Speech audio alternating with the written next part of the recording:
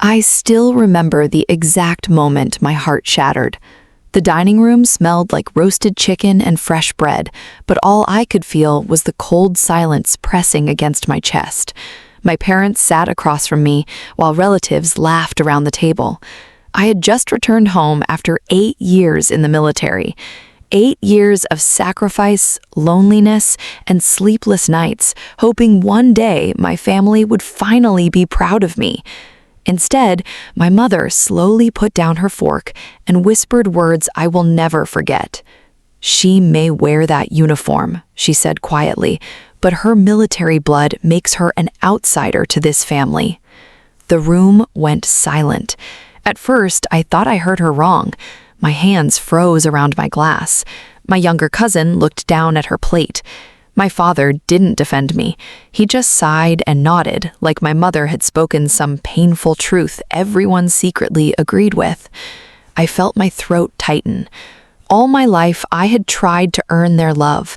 While other daughters were celebrated for becoming teachers or doctors, I was treated like I had embarrassed the family. They hated my military career. They hated the discipline, the independence, the fact that I refused to stay quiet and obedient. "You changed after joining," my father used to tell me. "No," I'd whisper back, "I just stopped being weak." But that night hurt differently, because deep inside, I still wanted them to love me. My older brother leaned back in his chair and smirked. "You chose strangers over your own blood. Don't act shocked now." I stared at him, unable to speak. They had no idea how many nights I cried alone during deployment, no idea how many birthdays I missed, no idea how many times I risked my life believing I was protecting people like them. But what hurt most was realizing my family never saw me as their daughter anymore, just a disappointment in uniform. I excused myself quietly and walked outside before anyone could see the tears rolling down my face. The cold night air hit my skin as I stood alone beside the porch. But what I didn't know that night was that their cruel words were hiding a much darker secret. And before the week ended, everything they believed about me and themselves would completely fall apart. The next morning, I woke up to hear my parents arguing downstairs. At first, I tried ignoring it. Fighting had become normal in our house. But then I heard my name. "She can never find out," my mother whispered sharply. My chest tightened. I stepped closer to the stairs without making a sound. My father sounded nervous. "If she learns the truth now, everything will collapse." Truth? Suddenly, my stomach twisted with fear. I stayed frozen as my mother spoke again. "She was never supposed to come back after the military. We thought she'd stay gone." Those words broke something inside me. I quietly returned to my room, shaking. My mind raced with questions. What truth were they hiding from me? Why did they act like my existence threatened them? That afternoon, I searched through old boxes in the garage, desperate for answers. Most of it was junk, old papers, broken photo frames, faded clothes. But then I found a locked metal box hidden behind dusty blankets, and inside it was my birth certificate. Only it wasn't the same one I'd seen before. A different man's name was listed under father. I stopped breathing. Suddenly, memories came rushing back.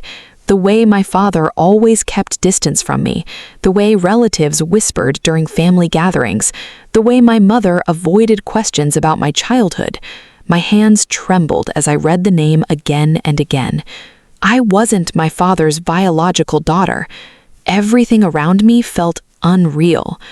That evening, I confronted my mother in the kitchen.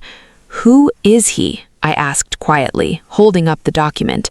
The color drained from her face. For a second, I saw fear in her eyes, then anger. "You had no right touching that," she snapped. "No," I whispered through tears. "You had no right lying to me my whole life." My father walked in and froze when he saw the paper. The silence felt unbearable.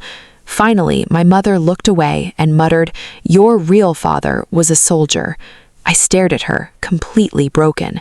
"So that's why you hate my military career," I whispered, "because every time you look at me, you see him." Nobody answered. That silence told me everything. But what destroyed me most was learning they blamed my real father for ruining their lives. My mother said he chose duty over family. She called him selfish, reckless. Yet somehow I felt proud hearing he had served. For the first time in years, I understood myself, my strength, my courage, my need to protect others. It came from him. And suddenly, I stopped feeling ashamed of who I was. Until everything changed again. 2 days later, an officer from my military unit arrived at my parents' house carrying documents and medals connected to my biological father's service. And the moment my family learned the truth about the man they spent years insulting, their entire world shattered. The officer stood in our living room while my parents stared nervously. "I'm here regarding Captain Daniel Hayes," he said calmly. My mother nearly dropped her coffee cup. That was my biological father's name. The officer looked at me kindly before continuing. "Your father saved multiple soldiers during an overseas attack. His actions protected dozens of lives." I felt tears burn my eyes. But then the officer said something that changed everything forever. He was also secretly sending financial support to this family before his death. My father's face turned pale. "What?" I whispered.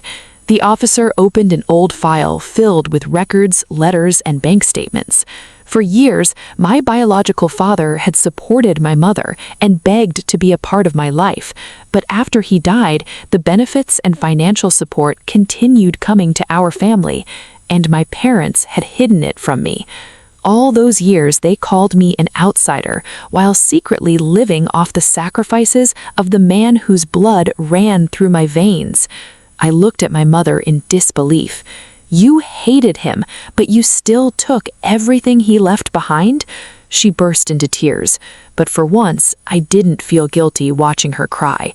Because whole my life, they made me feel unwanted for carrying the same courage they benefited from in silence. My father tried speaking. "We only wanted peace." "No," I interrupted softly. "You wanted control." The silence fell silent again. And for the first time in my life, I wasn't afraid anymore. A week later, I moved out completely. I rented a small apartment near my base and started over. Slowly, the pain inside me became strength instead of shame. I framed my biological father's medals beside my own.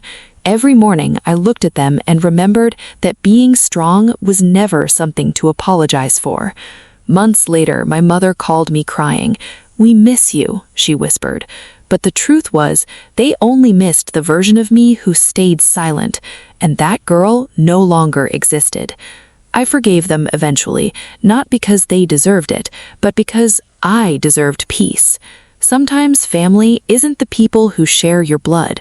Sometimes family is the people who see your worth without asking you to shrink yourself first. And as I stood in uniform one final time before deployment, I smiled quietly through tears.